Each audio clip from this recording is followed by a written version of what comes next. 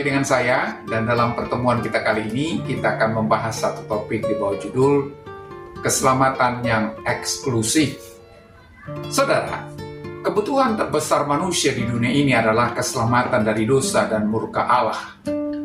Itulah sebabnya manusia berusaha untuk bebas dari hukuman kekal yang sedang menanti.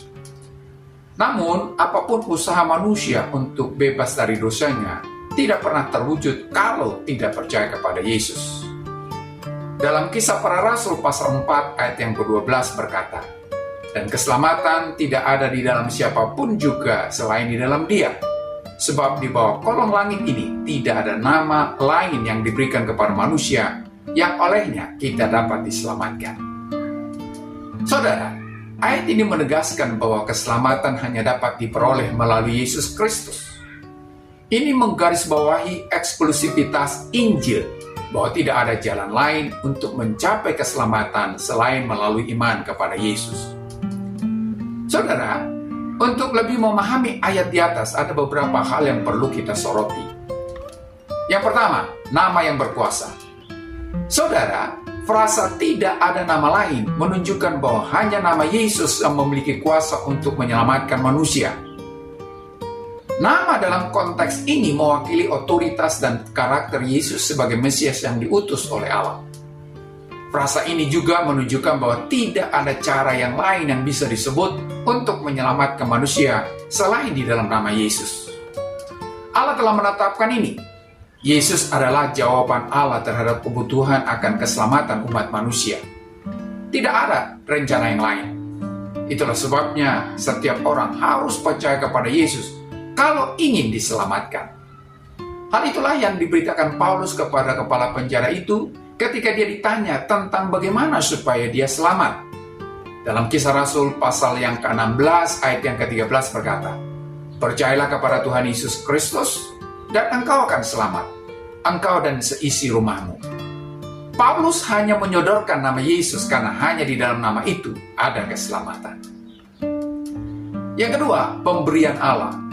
Saudara, frasa yang diberikan kepada manusia menunjukkan bahwa keselamatan melalui Yesus Kristus adalah pemberian atau anugerah dari Allah, bukan hasil usaha manusia. Jadi apapun usaha manusia tidak akan bisa menyelamatkan dirinya dari dosa, karena keselamatan itu mutlak adalah pemberian Allah. Dalam Efesus pasal 2 ayat 8-9 berkata, "Sebab karena kasih karunia kamu diselamatkan oleh iman. Itu bukan hasil usahamu, tetapi pemberian Allah. Itu bukan hasil pekerjaanmu. Jangan ada orang yang memegahkan diri." Yang ketiga, cakupan universal. Saudara, frasa di bawah kolong langit ini menunjukkan bahwa pesan keselamatan ini bersifat universal, berlaku untuk semua manusia tanpa memandang latar belakang etnis atau kebangsaan. Karena target dari kasih Allah itu adalah semua manusia tanpa terkecuali. Dalam Yohanes pasal 3 ayat yang ke-16 berkata, "Karena begitu besar kasih Allah akan dunia ini, sehingga ia telah mengaruniakan anaknya yang tunggal, supaya setiap orang yang percaya kepadanya tidak binasa, melainkan beroleh hidup yang kekal." Jadi, cakupan keselamatan yang disediakan oleh Allah adalah semua orang yang ada di dalam dunia ini. Saudara, Kisah Para Rasul pasal 4 ayat yang ke-12 adalah pengingat kuat tentang eksklusivitas keselamatan melalui Yesus Kristus. Ayat ini menegaskan otoritas dan kuasa nama Yesus yang adalah satu-satunya sumber keselamatan bagi semua manusia. Jadi, percayalah kepada Yesus, maka Anda pasti selamat. Sampai di sini pertemuan kita kali ini, dan kita akan lanjutkan di lain kesempatan. Terima kasih dan shalom.